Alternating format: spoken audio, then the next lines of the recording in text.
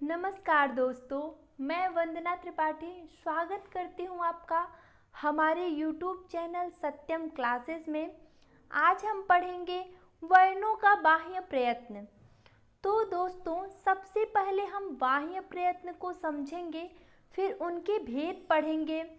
बाह्य प्रयत्न अर्थात जब मुख से वर्ण बाहर निकलने लगते हैं तो उस समय उच्चारण की जो चेष्टा होती है, उच्चारण की जो कोशिश होती है, उसी को बाह्य प्रयत्न कहते हैं। बाह्य प्रयत्न के 11 भेद होते हैं जो संस्कृत में इस प्रकार हैं। विवारः संवारः, श्वासो नादो, घोषो अघोषो, अल्प प्राणो, महाप्राण, उदात्तो अनुदात्त, स्वरित श्वेति। अर्थात विवार संवार, श्वास नाद, घोष अघोष, अल्प प्राण, महाप्राण, उदात्त अनुदात्त, स्वरित, ये वर्णों के बाह्य प्रयत्न के भेद हैं। तो इनको हम चित्र के माध्यम से समझने की कोशिश करते हैं कि कितने भाग होते हैं इनके। एक होता है संवार, नाद, घोष, विवार, श्वास, अघोष। फिर एक भाग होता है महाप्राण, अल्प प्राण। ये कौन से भाग हो गए? दूसरे हो गए। ये पहला भाग हो गया और ये तीसरा भाग हो गया। तो पहले भाग में भी 2 भाग होता है। पहला भाग 2 भाग होता है, एक ये पहला हो गया, ये एक दूसरा हो गया, जिसमें संवार, नाद, घोष आता है और दूसरे में विवार, श्वास, अघोष आता है। और इनमें क्या आता है? महाप्राण और अल्प प्राण आते हैं। और आखिरी जो है इनमें उदात्त, अनुदात्त, स्वरित आता है। अब हम ये समझने का प्रयास करेंगे कि ये जो 3 प्रयत्न हैं, ये जो संवार, नाद, घोष, ये 3 प्रयत्न हैं, इनके कौन कौन से इनमें वर्ण आते हैं? इन प्रयत्नों में कौन कौन से वर्ण आते हैं? संवार, नाद, घोष। तो आइए देखते हैं हम एक एक करके कि क्या कहते हैं इन्हें और इनमें कौन कौन से वर्ण आते हैं। संवार,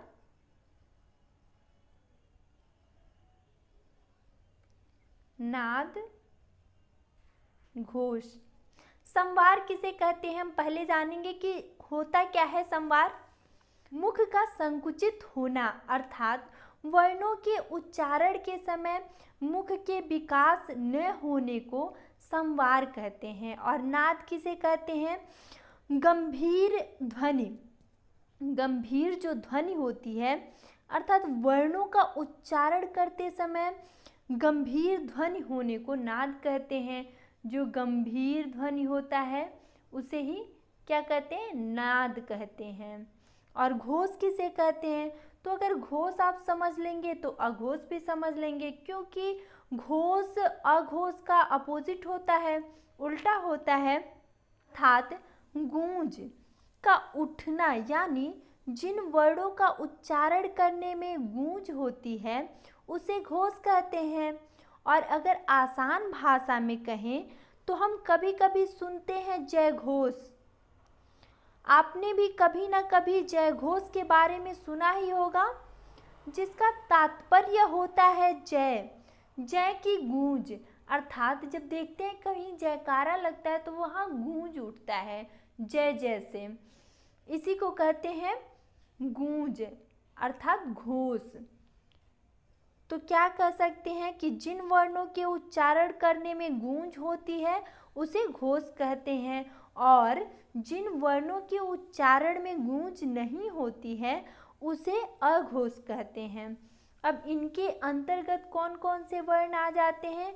संवार, नाद, घोष के अंतर्गत आप देखेंगे तो वर्ग का तीसरा, चौथा और 5वां वर्ण आ जाएगा।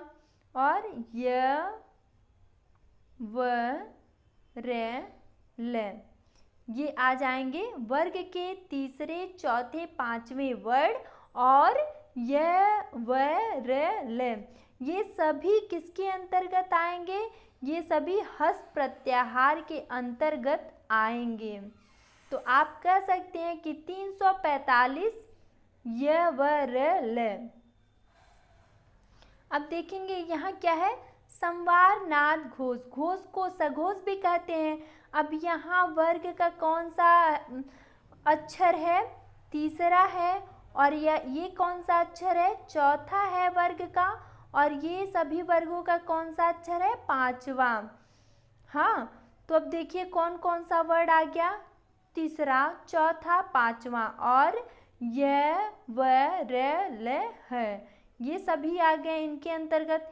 इनको हस्त प्रत्याहार के अंतर्गत लिखा जाता है। ये जो सभी वर्ण हैं ये हस्त प्रत्याहार के अंतर्गत भी आते हैं। अब दूसरा क्या है, विवार श्वास अघोष। तो इनके अंतर्गत क्या आता है, क्या कहते हैं, विवार किसे कहते हैं, तो विवार जो होता है वो विवारयति विकासयति मुखमिति, अर्थात मुख का खुलना, खुल जाता है मुख, उसे ही विवार कहते हैं। और श्वास किसे कहते हैं, तो वर्णों के उच्चारण के समय जो हमारा श्वास चलता है उसे श्वास कहा जाता है। और अघोष तो आपने देखा कि जिन वर्णों के उच्चारण करने में गूंज नहीं होती है उसे ही अघोष कहा जाता है। अब इनके अंतर्गत कौन कौन से वर्गों के वर्ड आते हैं ये जानते हैं। तो विवार, श्वास और अघोष के अंतर्गत वर्गों के पहले और दूसरे वर्ड आते हैं, और श। देखिए यहाँ लिखा है, ये पहला वर्ड है और ये दूसरा, वर्गों का दूसरा वर्ड ये है, ख फ छ ठ थ, और पहला क्या है, च ट त क प। ये सभी खर प्रत्याहार के अंतर्गत आते हैं, अर्थात ख फ छ ठ थ, च ट त क प और श। आप लोग ध्यान दीजिएगा कि इनमें ह नहीं है। देखिए हर जगह जहाँ श रहता है वहाँ ह होता है। अब ये है इसमें चला गया है तो इनमें है नहीं। हम उस्म वर्ड की बात करते हैं तो उसमें स के साथ है रहता है और इनकी गिनती भी होती है, लेकिन यहाँ उस्म वर्डों की बात नहीं हो रही है, यहाँ उस्म वर्डों की बात ही नहीं हो रही है और यहाँ पर अलग अलग वर्णों की बात हो रही है। यहाँ पर देखिए कि पहला वर्ड और दूसरा वर्ड और श। तो यहाँ पर क्या होगा, वर्गों का पहला वर्ड, वर्गों का दूसरा वर्ड और साथ में स होगा, जिसे हम खर प्रत्याहार कहते हैं। तो देखिए इनमें जितने भी वर्ण आएंगे वो सब खर प्रत्याहार के अंतर्गत आएंगे। अब खर प्रत्याहार के अंतर्गत आने वाले वर्णों का बाह्य प्रयत्न पूछा जाए तो निश्चित इनका बाह्य प्रयत्न विवार, श्वास, अघोष हो जाएगा। और हस्त प्रत्याहार के अंतर्गत पूछा जाए तो संवार, नाद, घोष हो जाएगा। अब आपका बाह्य प्रयत्न का पहला भाग समाप्त हुआ तो दूसरा भाग समझेंगे। इनके अंतर्गत कौन कौन से वर्ण आते हैं, इन प्रयत्नों के अंतर्गत कौन कौन से वर्ण आते हैं, इनको समझने का प्रयास करते हैं। दूसरा भाग कौन कौन सा था, अल्प प्राण और महाप्राण था। पहला भाग ये था जिनके दो भाग थे और दूसरा भाग ये था, तीसरा भाग ये था। अब दोस्तों बाह्य प्रयत्न का दूसरा भाग जो है जिसके अंतर्गत अल्प प्राण और महाप्राण आते हैं, तो अल्प प्राण का अर्थ क्या होता है, अल्प अर्थात थोड़ा, प्राण का मतलब होता है वायु, अर्थात जिन वर्णों को बोलते समय मुख से कम वायु निकलती है उसे अल्प प्राण कहते हैं। और जिन वर्णों के अंतर्गत, जिन वर्णों को बोलते समय मुख से कम वायु निकलती है, क्या हम कर रहे हैं, क्या कर रहे हैं यार, अल्प प्राण, अर्थात अल्प का अर्थ क्या होता है, थोड़ा होता है और प्राण का मतलब होता है कि वायु, अर्थात जिन वर्णों को बोलते समय मुख से कम वायु निकलती है उसे अल्प प्राण कहते हैं, और जिन वायु को बोलते समय मुख से अधिक वायु निकलता है उन्हें महाप्राण कहा जाता है। और अगर आप उच्चरित करके देखते हैं तो आपको महसूस होगा कि वर्ग का पहला, तीसरा, पांचवा वर्ण बोलने में कम वायु निकलता है मुख से, और वर्ग का जो दूसरा और चौथा वर्ण होता है उसको बोलने में अधिक वायु निकलता है मुख से।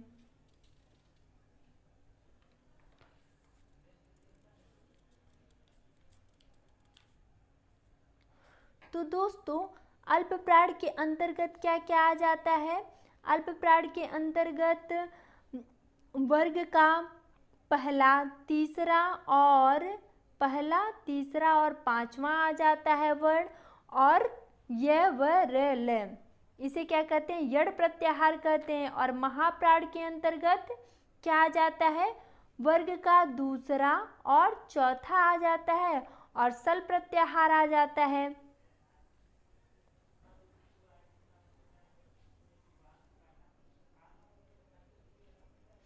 देखिए, अल्प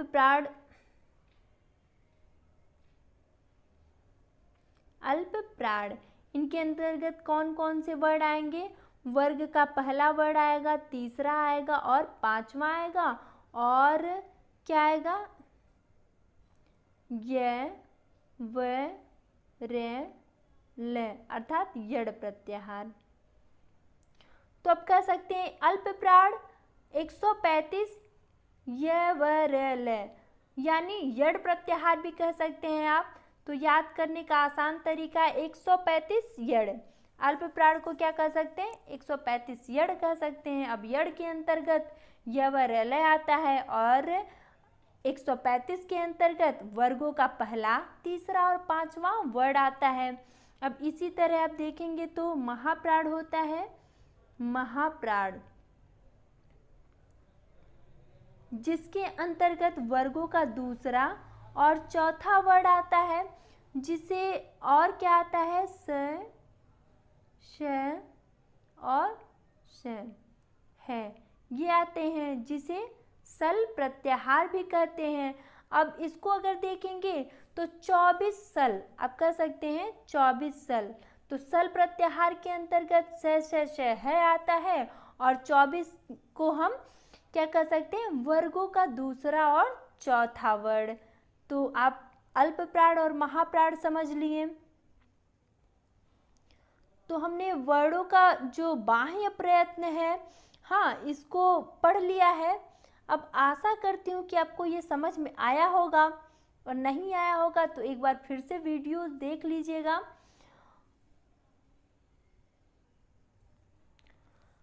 तो हमने दूसरा भाग भी पढ़ लिया।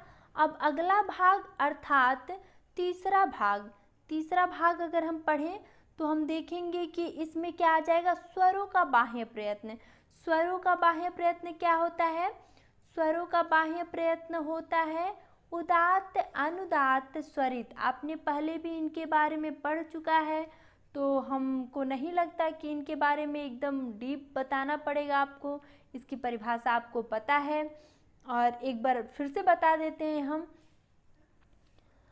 जब नासिका, मुख आदि उच्च भागों से उच्चरित किया जाता है तो इसे उदात्त कहते हैं, और जब उच्चारण निम्न भाग से करते हैं तब इसे अनुदात्त कहते हैं, और जब इन दोनों से होता है अर्थात मध्य भाग से होता है तो स्वरित होता है। और इसका क्या होता है? इसका सूत्र होता है, उदात्त का सूत्र होता है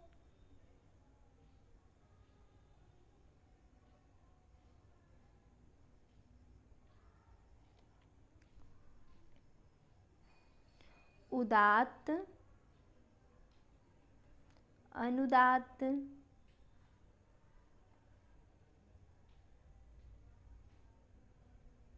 और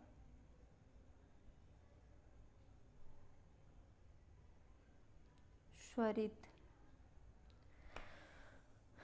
इसका सूत्र होता है उच्चैः।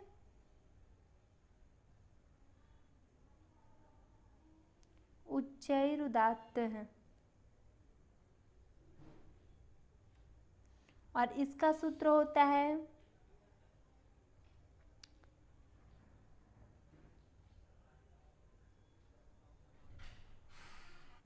नीचैरनुदात्तः।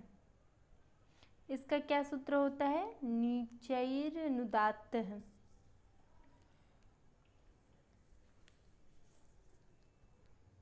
और इसका होता है समाहार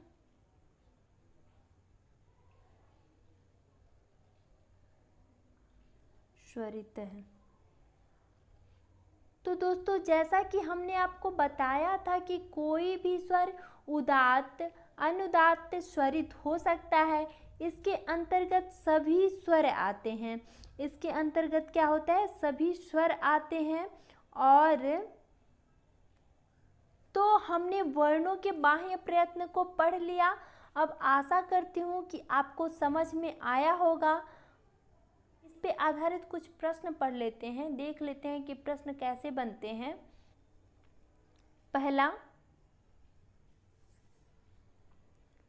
क का बाह्य प्रयत्न। इसमें क का बाह्य प्रयत्न पूछा गया है।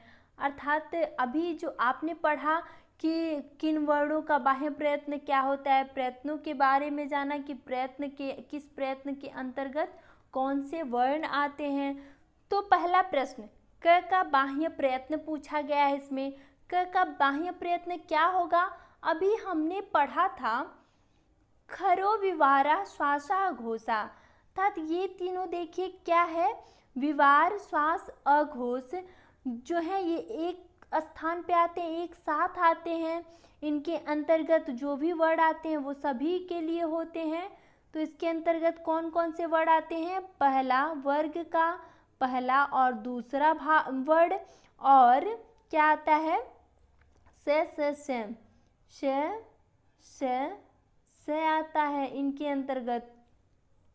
तो कौन सा सही हो जाएगा? पहला नंबर सही हो जाएगा, विवार, श्वास, अघोष। दूसरा क्या होगा? बाह्य प्रयत्नों का समूह। बाह्य प्रयत्नों का समूह पूछा गया है कि कौन कौन से बाह्य प्रयत्न होते हैं। अब देखिए क्या क्या होता है। इसमें दिया है कि विवार, श्वास, नाद, संवार, घोष, अघोष, अल्प प्राण, महाप्राण, उदात्त, अनुदात्त, स्वरित। तो अब देखेंगे कि ये सभी जो वर्ड हैं सभी बाह्य प्रयत्न हैं। तो कौन सा उत्तर सही हो जाएगा? उपर्युक्त सभी। थ का बाह्य प्रयत्न होता है। क्या होगा थ का बाह्य प्रयत्न? तो अभी देखें कि अब थ किस वर्ण में आया है। अभी आप अगर देखेंगे कि थ किस वर्ण में आया है तो आप पाएंगे कि विवार, श्वास, अघोष, महाप्राण। अर्थात थ कौन सा वर्ड का कौन सा अक्षर है?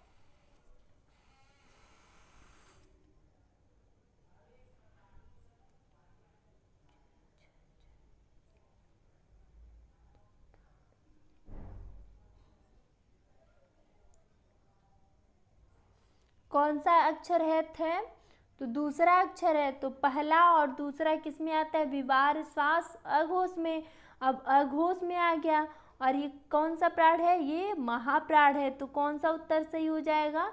दूसरा नंबर उत्तर सही हो जाएगा, विवार, श्वास, अघोष, महाप्राण। चौथा प्रश्न देखिए, वर्णों के द्वितीय चतुर्थ वर्ण एवं स्वर ध्वनियां हैं। है जो वर्गों के, यहाँ देखिए ये वर्ग है, वर्ड नहीं है, वर्ग है। यहाँ वर्ग लिखा गया है। वर्गों के दूसरे और चतुर्थ वर्ड और सल ध्वनियाँ किसमें आती हैं? तो अब देखेंगे कि ये किसके अंतर्गत आती हैं। देखिए वर्गों का द्वितीय, चतुर्थ और सल ध्वनियाँ किसके अंतर्गत आ रही हैं? तो ये महाप्राण के अंतर्गत आ रही हैं। और अल्प प्राण के अंतर्गत क्या आती हैं? वर्गों का पहला, तीसरा और पांचवा यह वर्ड आ जाते हैं इनके अंतर्गत। तो कौन सा सही हो जाएगा? दूसरा नंबर सही हो जाएगा। अब आखिरी देखिए, घोष वर्णाः सन्ति। घोष वर्ड कौन कौन से हैं?